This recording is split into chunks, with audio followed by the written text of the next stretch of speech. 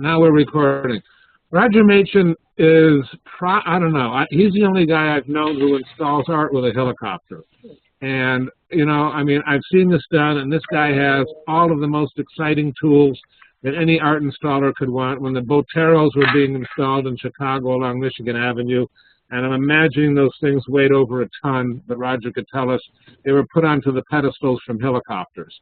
I thought that was pretty exciting. Roger, I think, travels all over the United States doing installations for his company, which is actually owned and run by his fine wife, Carmela Saraceno. But Roger does the boy stuff. And, you know, yeah, you know, the easier physical things. And, you know, I think that there's some good advice that Roger can share with us about how to make art and how we create it with the installation in mind. Roger, talk to us. How are you? Well, is the website up so people can look at the website? Is that a way of we've talked about? Is that possible? Or sure, I'll do that right away. If you can do it. Anyway, can everybody see me and hear me? Yeah. Yes. Yes. Hi, Roger. Oops. Oh no. Okay. Okay. Now we're looking at Roger's website, right? Oh, yeah. Okay. You don't need to see me. You just need to hear me. If for those of you who don't know what I look like, I look pretty much like George Clooney. The people usually mistake me for him. Okay, my first piece of advice, if you can make your artwork small, you won't need us, but that would be too easy. So what I want to do is just give you a few facts of real basic stuff that you need to be aware of, whether you're a painter or a sculptor. And one of the first things is that it has to go through the door. If you can make a canvas, rather than make it a 12 by 12 foot canvas, and believe me, we do a lot of those, if you can roll it up and re-stretch it on site, or if you can make it into panels and it's still a viable piece of artwork for you, you should do that and make sure it's properly pleated. But that notwithstanding, then you need to be really aware of the whole process from when you start to make that piece of sculpture or that painting to when it's going to end up on the wall. Because what I'm looking more towards is, and actually I was going to ask Susan if she ever reviewed commissions, because there's a lot of very fine commissions that we put out there that nobody gets reviews. And let me take this off the screen.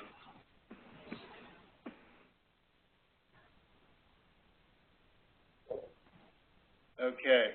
Is this what everybody see the screens okay? Yes. Okay. Yeah.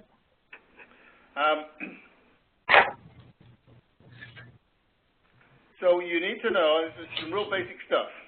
The highest door height you're going to get on a truck is 110 inches. A legal height of a truck is 13'6". The legal width of a truck is 103 inches. Very easy to get an oversized permit, but very difficult to get an over-height permit. There's a lot of different ways you can ship art. You don't always need an art shipper.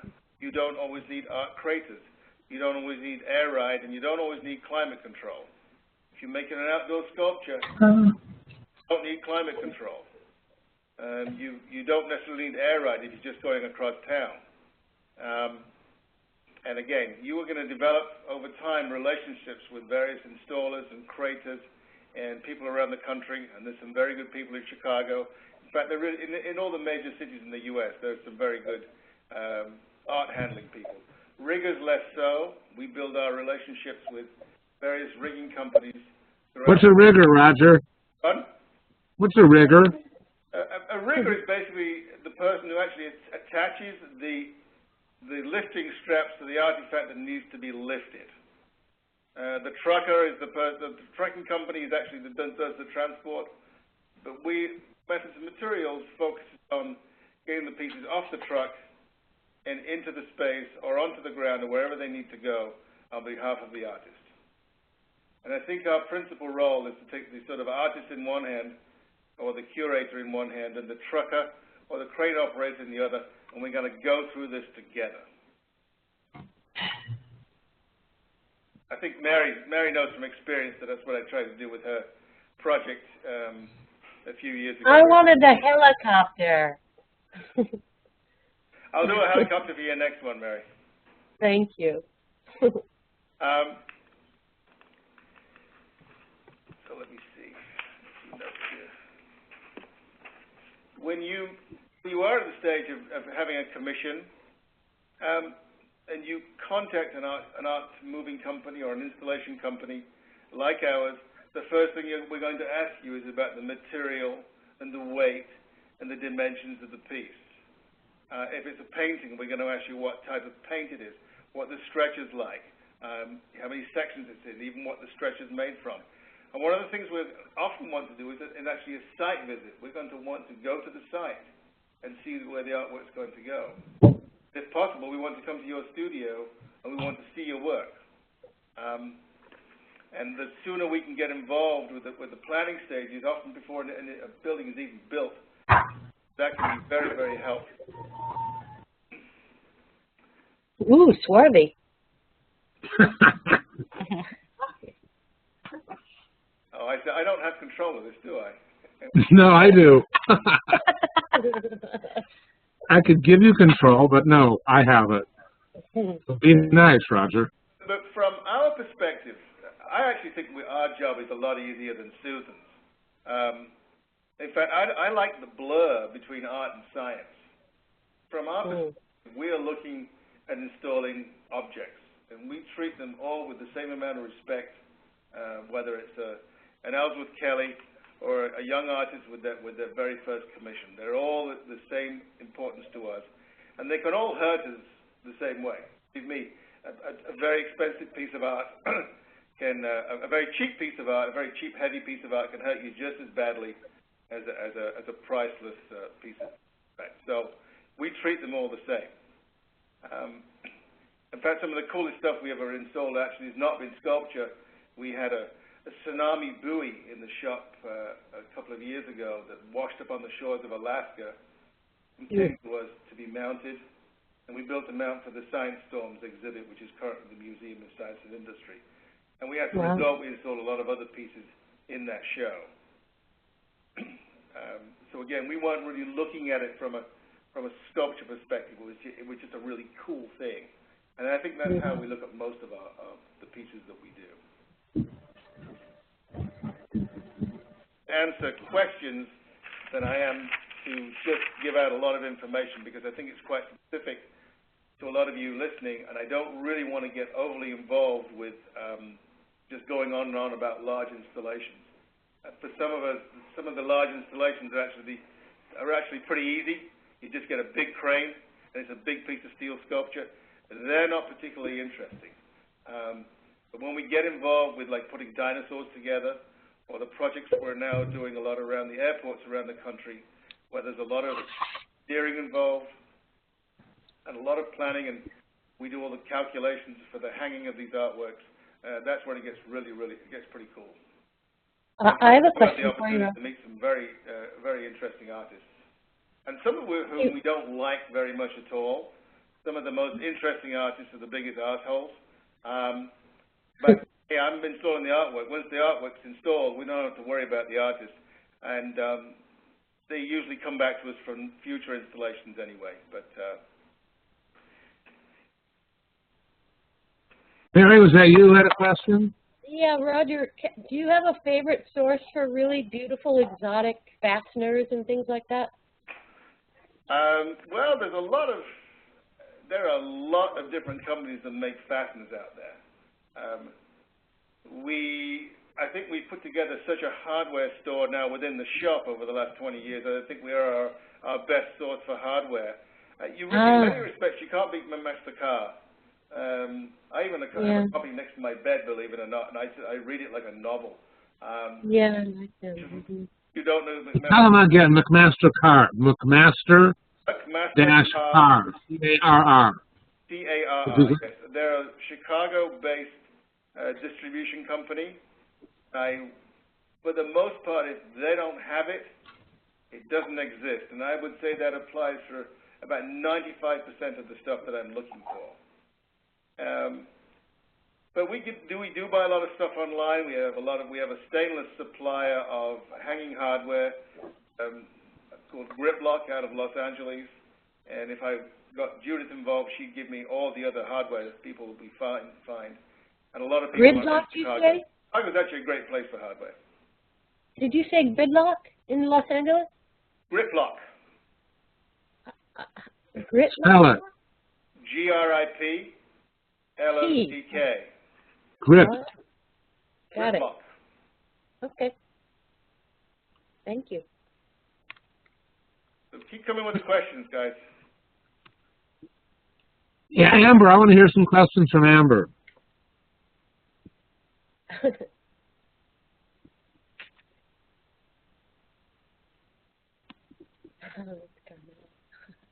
Okay. I'll come back to a very important issue about large-scale commissions. Is the importance of, if you can, to get involved with a project at the very beginning. If you are going to deal with for example, a big airport installation, you can save an awful lot of money if the iron workers, for example, when they are building the structure, will actually drill holes in the beams in advance, knowing the sculpture's going in. We are now at the stage where we are very frequently involved with buildings before they even get built. We are involved with the architects at the very beginning, and so we are really, and of course the position of the artwork changes within the building. Sometimes there's a bit of a battle between, usually there's a bit of a battle between the architect and the artist, and the architect always wins. But we are there to then sort of, toss in our 10 cents on what we think about makes the most sense about the installation. We also sometimes get artwork delivered that we won't install because we don't think it's made well enough. We will bring it back to the shop where we will make some changes to it with the artist's input, or we'll send it back to the fabricator. Nothing worse than trying to install a piece of art, and that goes for the way a painting is stretched or the way a sculpture is put together. How often do you have to do something remedial? A lot, huh? We have to do what? Something remedial. We have to go fix the artwork, modify it, straighten the stretchers, something to make it. We just did a big piece at the Plains Art Museum in Fargo, a Jim Rosenquist piece. And it was a handsome piece, but it was it wasn't very well made. And it was in about 25 sections. And what should have taken about 2 days to install took an entire week to install, because we couldn't get the pieces to fit together in this one panel and cleat onto the wall. Because by the time it was put together, it was about a 50-foot by 20-foot painting in sections. But again, we're working for the museum, and we made it work. But it was if it had been better made, better stretches, more consistency, it would have been a lot easier to install. But we solved the problem. So Roger, when you're doing an installation or when you're contacted to do that, are you bidding the job beforehand, or when there's problems and complications like that you can't foresee? Is that like a per hour thing that you do for the museum and we afterwards? Incorporate that. We've really in 20 years in business, we've very rarely had to backcharge an institution or an artist for really poor workmanship. We usually have a basic contract, and then we have a not to exceed, or a contingency. So there may be a 5 to a 10% contingency added onto our price. Is in the budget, and we only use it if we need to. If we don't use it, then somebody gets to keep it. I know we don't get it. A lot of times, sometimes we're for an airport job, for example. A lot of times we're contracted by the airport authorities, not by the artist. Airport then takes a percentage of the commission and holds it back for installation. But the same token, we are frequently asked to assist an artist with a budget before their proposal is complete. So all the time, we get calls all the time, you know, I'm a finalist for a competition, and I need to put an installation budget in, and this is the piece, and can you have it and give me a budget by the end of the day? That's kind of annoying. It does happen, and I can usually come up with something. I say, as long as you don't hold me to it. So if you're an artist and you're up for a commission, the more professional your presentation is, which includes installation costs and a reputable installation company, and we are not the only ones, then that makes you look much more professional.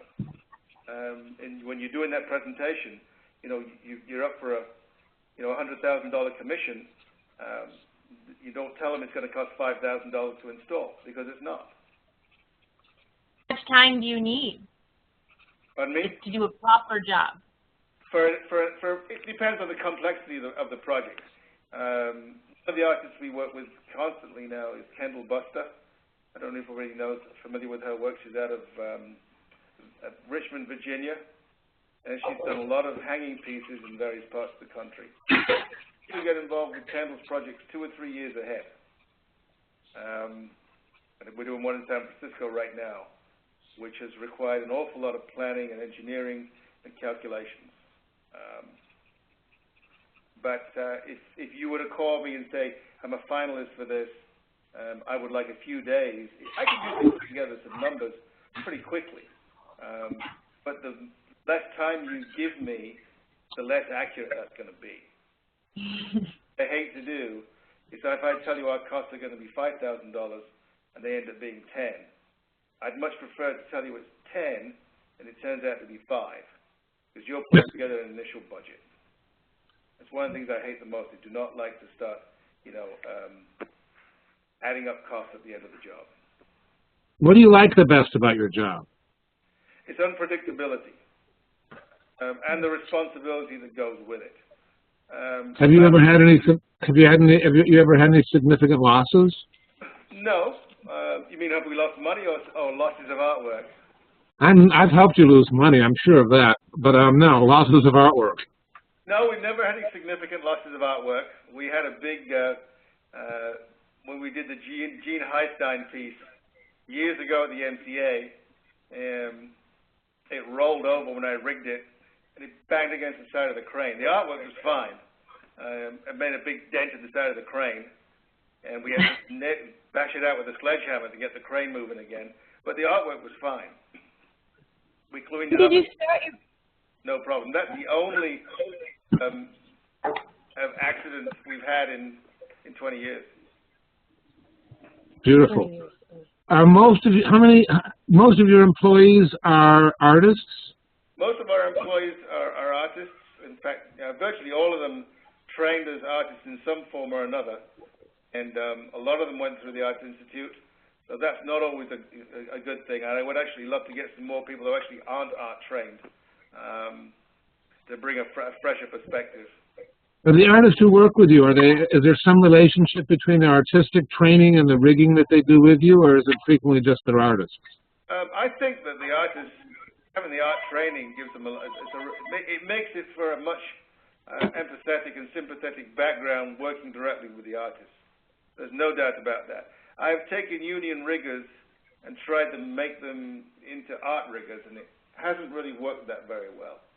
It's all about attitude. If I get somebody with the right attitude, I can do very well with them. Attitude is a really difficult thing to train. Edmar was pretty fabulous to work with, though. Who was? Edmar Zuski, when we were doing, you know, he was good. He wasn't typical. And no, he was totally not typical. Totally not your typical union guy.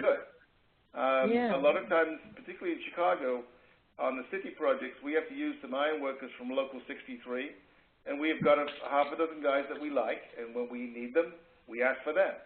And so that's another thing to be aware of. You know, you need to be very cognizant of working sometimes with unions, and it varies from city to city. And again, over time, we've built up these relationships with a lot of different union guys around the country, and we're also members of the Specialized Carriers and Riggers Association. And so when we need crane work or more guys in other cities, we know where to go. it doesn't behoove our crew to be union because we get involved in all kinds of complications in trying to work in other cities and also with different materials. When you work with somebody like Kendall, you're working in a lot of different cities with her, right? Absolutely. Amber, when you're installing oversized pieces, are you working with the same installers and riggers, or are you working with whomever's local, or how do you do it? So far in my life, I've brought people from home and their contractors, friends, our own pieces of equipment, and then on site hired. Sometimes we've had to hire just extra bodies from just like, even the museums have hired bodies to help move just from the day hiring services kind of thing. Yeah. I've never worked with a professional art mover. I didn't really even honestly know that they existed, to tell you the truth. Roger, I always thought that was my Roger. responsibility. Yeah. You guys should know each other. My poor buddies, you know, the whole I'll bring some help, but I have worked on projects where I had to get involved early and they had to sort of build the house around a piece or something had to be put in before everything was, a wall was put up or something like that. But I haven't, I guess, worked on a large enough scale and budget to think about people like him taking care of me. It's exciting. But Beautiful. maybe it will. I mean, it all starts somewhere. Oh, I want to. And I bet you anything my friends would be really thrilled too. And my boyfriend, who has the Terexes, he would appreciate having other people involved. Roger's got some nice toys. Yeah. Roger, have you gone out of the United States to do work? Yes, we just did last year we do all of Jean-Marc Flenz's work around the world, and we did 2 projects with him in Russia. And I'll give one piece of advice about going to Russia. Make sure you get paid 100% in advance. But so another thing with contracts, fly out there to do the job. Oh, we're not ready for you. Come back in 2 weeks. So we fly back, and they pay us again to come back and do it. And then the same thing happened when we had to take it down. But it made for some pretty interesting situations. And when I was first there a couple of years ago in February, it was warmer in Moscow than it was in Chicago. They were warning me about how cold it was going to be. I said, we're from Chicago, no big deal. And it really was no big deal. Cool. Roger, I have a technical kind of question for you. Okay. Involving kinesis, is that what it's called? The reaction between 2 metals that makes like sort of an electrical current. What's that called? Yeah, there's going to be a galvanic reaction between various metals, and you can go online to find what it is. For example, aluminum. Is it called kinesis? I'm not sure what alchemy is. That's Francis Whitehead's specialty. But it's the galvanic reaction between 2 unlike metals. Galvanic. For example, if you put bronze and stainless steel together, that's not too bad. But bronze and aluminum together, touching each other, is not good. Galvanized is a no-no. That's why they have a dielectric union when they do plumbing.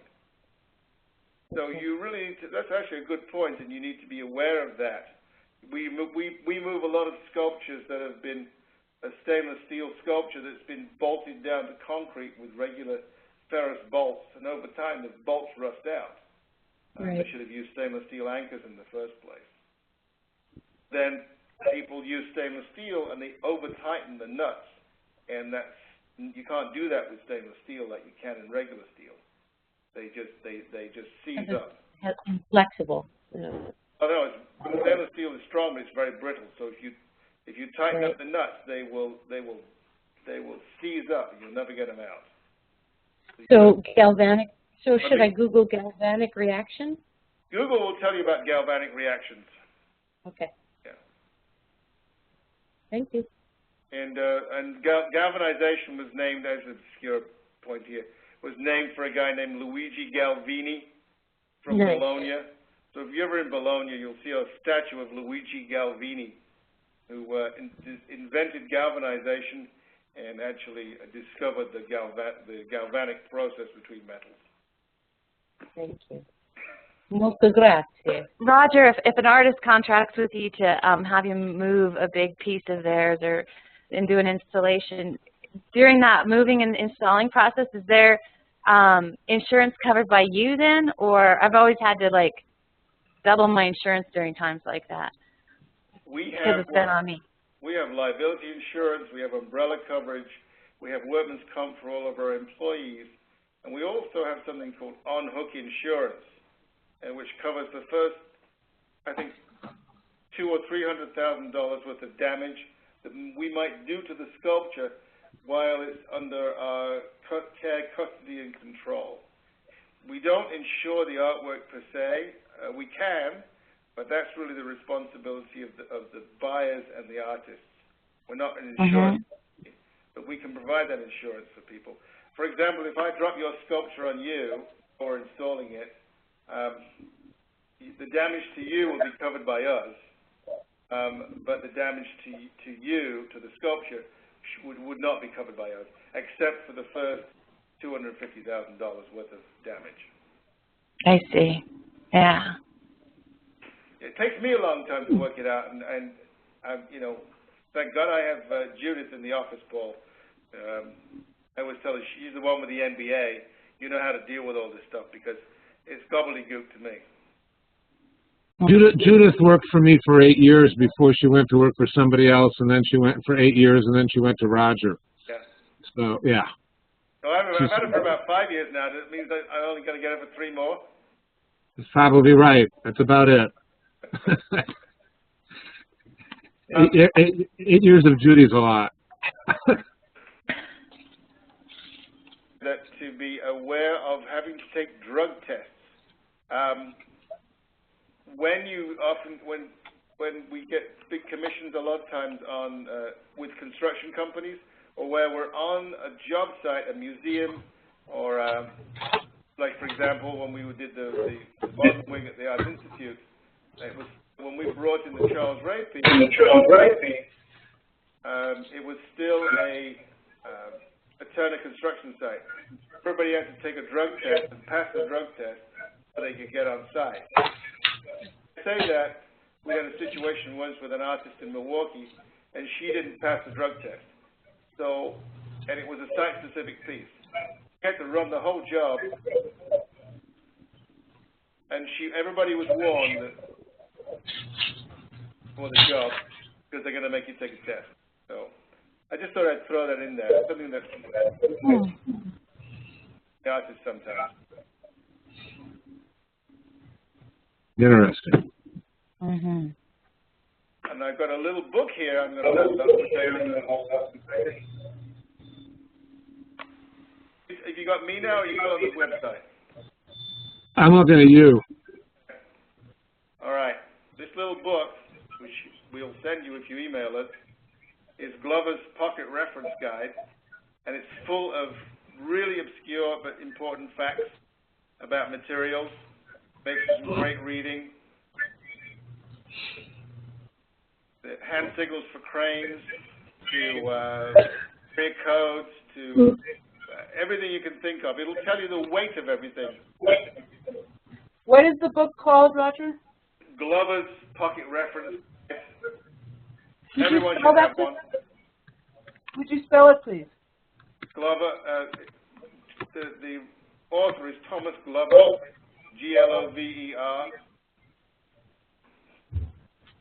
Okay, so Glover's Pocket Reference Book? Okay, but it's called Glover's Pocket Reference Book? Yeah. Oh, there we go. What's your email address again, Roger? I think I have it, but... Roger@methodsandmaterials.com. Oh, yeah. And this one has our name on it. And I do get calls about what things weigh all the time. I mean, this covers everything from powdered milk, which is 28 pounds a cubic foot, to wet peat, 70 pounds a cubic foot, to cast iron, which is 450 pounds a cubic foot. But it just makes for good reading. How much is water? 40 pounds? Course, I'd have to Pints look to that up. pound the world around, Paul. What? A pint to pound the world around. Oh, there you go. So how much is a cubic? How many pints in a cubic foot? 62 pounds a cubic foot. 62 pounds of water? Two. Hmm. Beer is probably the same. Well, they probably list that too. But anyway, it's a very, very handy little book. And again, it's kind of something that we do reference quite a bit. But again, I'm coming back to the importance of sort of planning, even with the smaller pieces. If you're having a gallery show, be aware of the fact that if the thing is more than a few hundred pounds, you've got to get it at some steps. You know, be aware you think you may need to make a ramp. We don't do a lot of work for galleries, but we do often get called to help out at the last minute with artists that maybe having trouble installing the show. And, you know, sometimes there's not very much money there, so I just go over and help them out myself. But sometimes it really is a matter of just, you know, knowing where to put a pry bar, or using something simple like a pallet jack, or sliding something on a sheet of masonite. Some real simple stuff. How did you get into this field, Roger? Is this what you went to college and studied? I got a scholarship to the Art Institute in 1978, and when I graduated, I wanted to stay in the U.S., and I got a job as an iron worker. I was sponsored by an ironwork company, and I was in the union for 5 years, a welder, and given my history with sculpture and art history, and then 5 years as a welder and rigger, those two things really melded together very well, and I was making my own artwork. And what I found out over time, I was much more interested in it than I was making it. So in 1990, Kamala and I started this business, and it's been going pretty good ever since. And we've still got, Dean is still with us, so we've still got people who've been there from the get-go. And his background was as a carpenter and as an artist. And then we started out before 1990, we actually worked for some big hotel chains for Hyatt and Hilton and Westin, for the developers there in Hawaii. And they were bringing a lot of bad art and very heavy art to the various islands in Hawaii. So we spent 2 years there moving art into hotels. And then we got back, we started to contact people we knew in the museums, a lot of people we've been to art school with, and we set up a proper business and started work with the Field Museum and the Park District, and it sort of went from there. How long has it been since you've made art? You made art in the last decade, I know. Slowed down in this. I'm still, you know, but right now I've got my house I'm always working on. And we just bought another home in Indiana with an acre of wood, so I'm planning on building some pretty exotic tree houses for my girls. And I'm always tinkering with my old Land Rovers. But my house is sort of an ongoing piece of sculpture, which is mainly made from a lot of recycled materials and leftover parts from jobs. Roger, have you noticed public commissions going down in this economy? Not particularly. What I've noticed is that the universities seem to have money. Everybody's going back to graduate school, so enrollment is up, so there's money to do work at universities. They're still building airports like crazy, and because of the percent for the art program, 1 to 1.5%, depending on the state and the county and the city, has to be spent on art. So when you're spending, billions on an airport, you're going to get some serious change for sculptures. And of course, they'll usually do, 2 or 3 big large pieces, and then there'll be all the prints and all the periphery pieces around the terminal. Indianapolis, we just did the airport for Indianapolis a couple of years ago, and they spent a huge amount of money on art. Rather too much on the France. Who's the glass guy out of Germany, Munich? Please. Remember the guy's name, Franz, somebody or other? No. German? Not Franz West. They do a lot of glass work, and of course in airports they like glass and they like hanging art because their hanging art doesn't take up too much space. You're not going to put a big piece of plop art. It's usually going to be hanging art. Yeah, and sometimes the architects will try to get to carve into that 1% for art, won't they? And call what they're doing the art. That may be the case, but I've not run. If that's happened, I've not been aware of it. It happened at McCormick when they put the sign that had your name on it and every other person who worked on the job, 1,500 people. They said, "Paul, that's coming out of the art budget." I said, "Wait a minute! I saw this routine on Saturday Night Live. There's no point in my challenging that, is there?" They said, "No, Paul, just shut up." So yeah, it can happen. Roger, do you, what was my question? I'm sorry. Do you still work with Fred Meijer Garden? Frederick Meijer? In Yes. Rapids? Yes. Yes. In fact, I'm going up there this week for a meeting for some future projects. Oh, really? Okay. Those of you who are not familiar with Fred Meijer, the grocery guy who's started out in Grand Rapids, put together a pretty handsome sculpture garden with all indigenous Michigan plants up in Grand Rapids, Michigan. And it's pretty blue chip, but it does make for a nice couple of days out. And we've been working with them since 1995 when they first started. And we have been involved in the sort of the planning of the garden. And we also did a big sculpture garden last year in Des Moines, Iowa, in downtown Des Moines. And again, we did work with the landscape architects to basically explore problems of putting in the sculpture, of bringing in equipment, sprinkler system,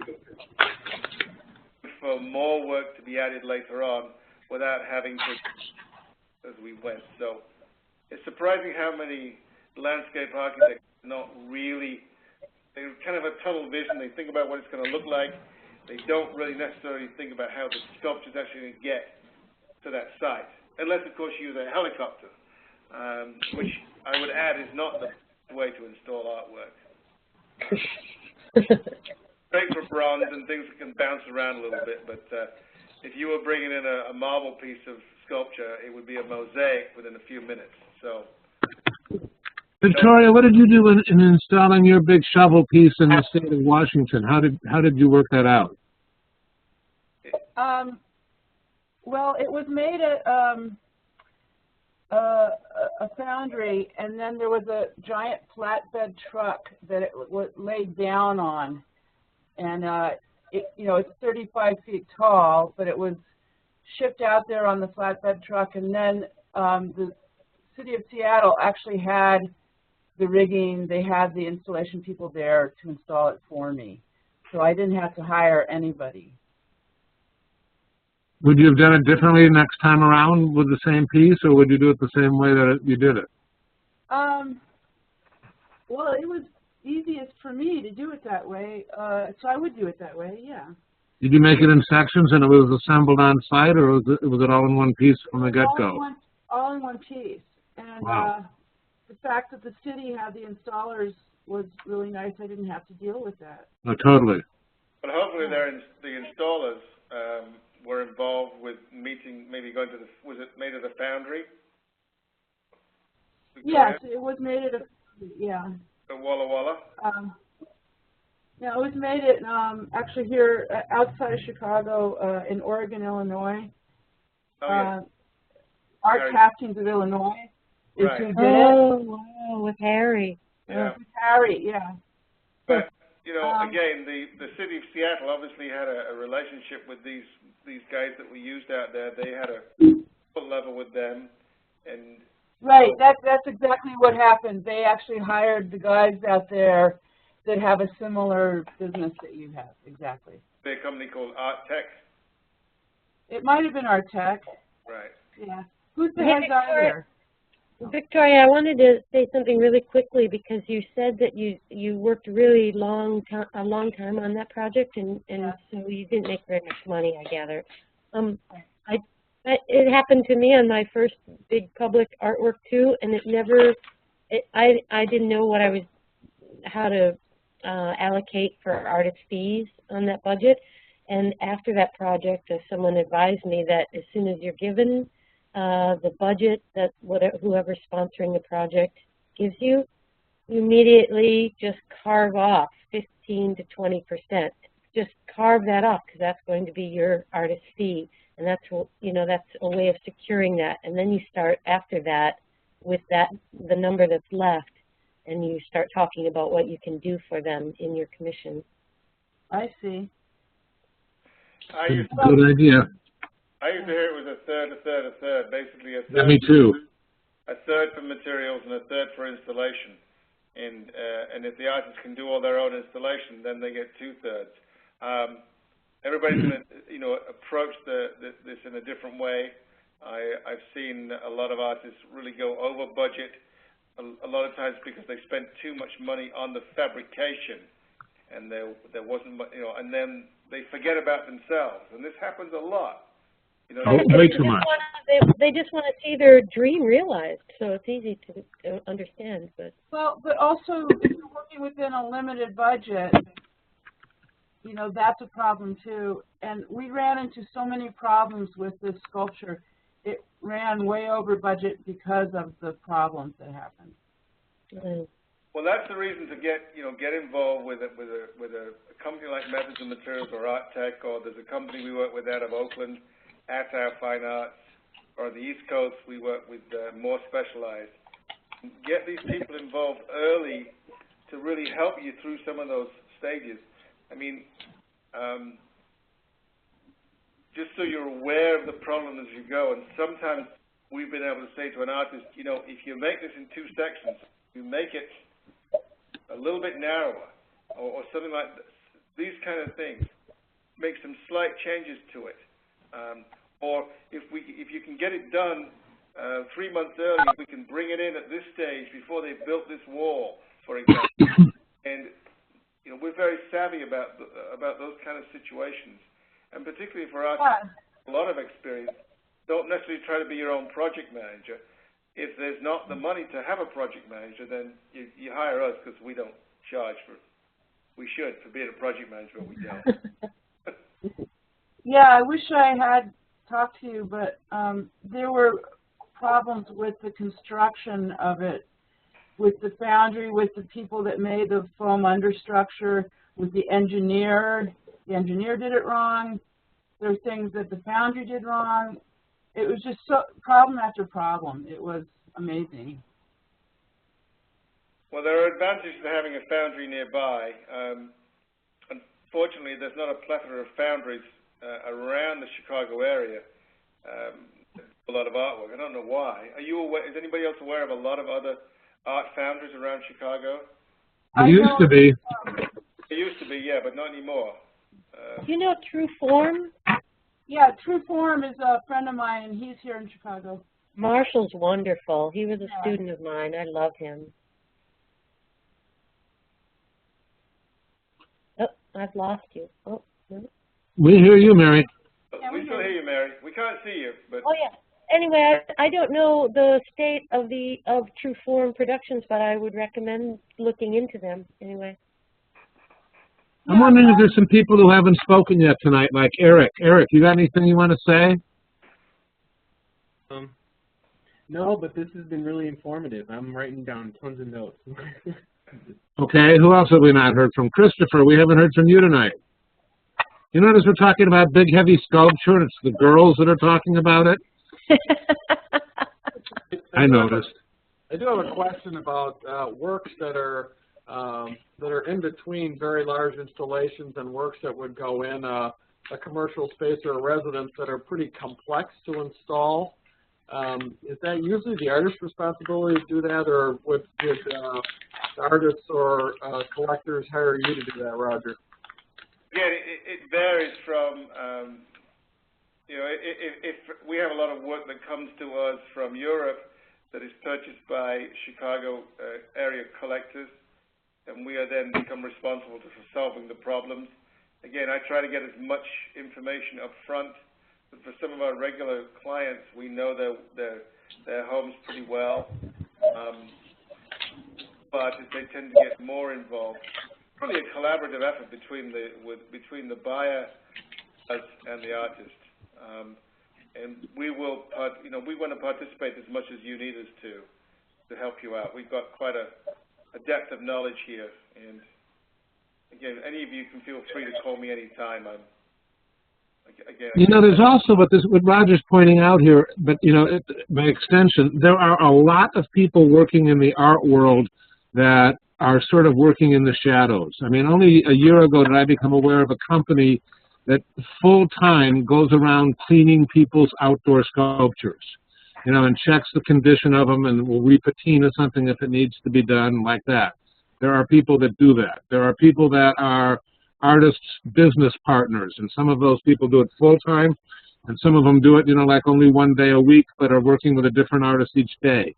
I mean, one of the things that I'm really interested in seeing all of you do is take, responsibility for your careers. But there are certain facets of your career that you're not as good at as hiring somebody else. And, even like somebody like Amber, who's been doing really big pieces for quite a while, she wasn't aware that there were companies to the depth and, what Roger deals with.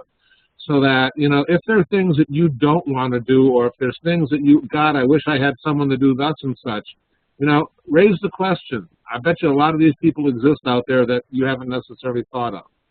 And if you call us and we don't feel best equipped to help you, I'll bet we know somebody to refer you to. So I'm not going to take on projects that I don't really feel equipped to do, but I am very happy to refer you to somebody else.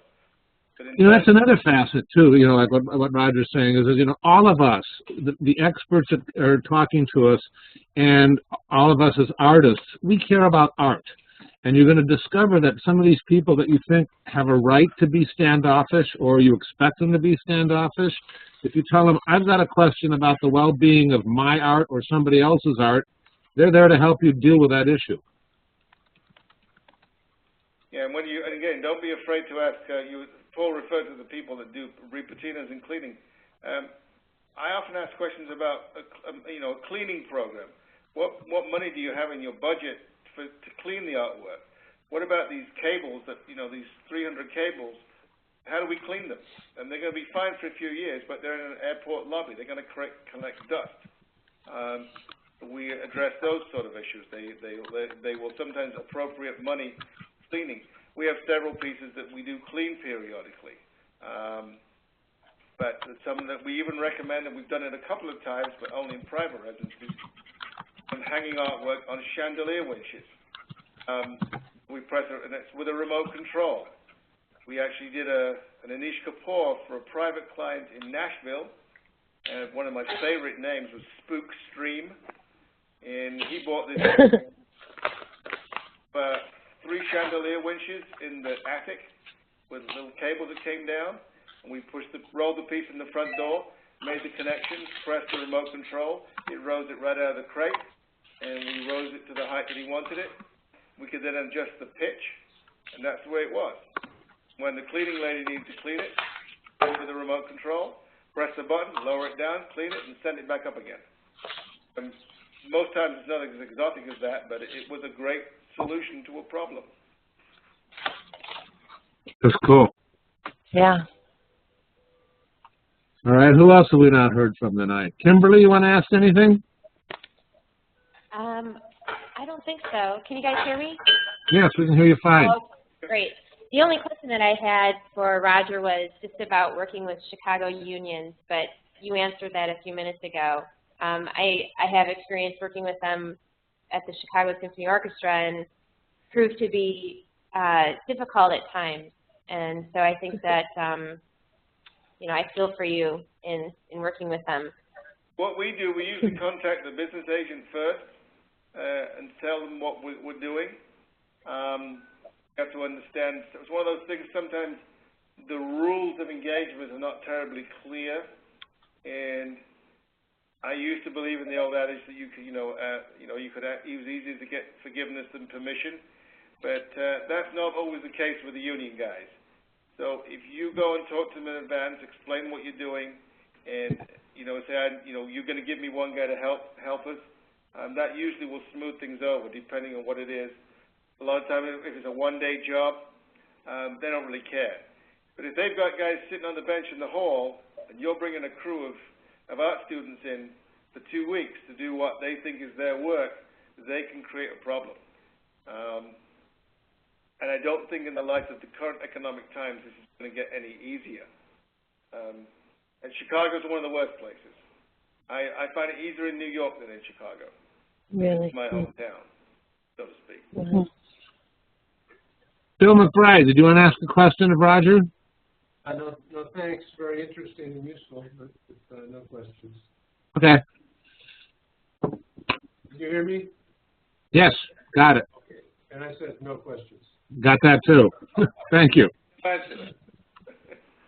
Those are the kind Roger likes the best. You guys feel free to call me anytime. I'm usually around. It's only because Judith will answer the phone and they'll never get to you. Yeah, right. You have to get past Judith first. You have to get past the gatekeeper. Yeah. What happens with all these people who have jobs that need to be done, Roger, and you're booked up? I mean, most of your jobs take over a week, you know? We have a lot of projects that's just a day or two, and what we tend to do is we will do, you know, a 1 week or a 2 week job, and then we'll put all the little one-day jobs, you know, one after the other in 1 week. And we have 2 crews, so we can usually cover it. And we do a lot of small jobs. People think that we only do really, really, really big things. No, we do a lot of, you know, much smaller pieces.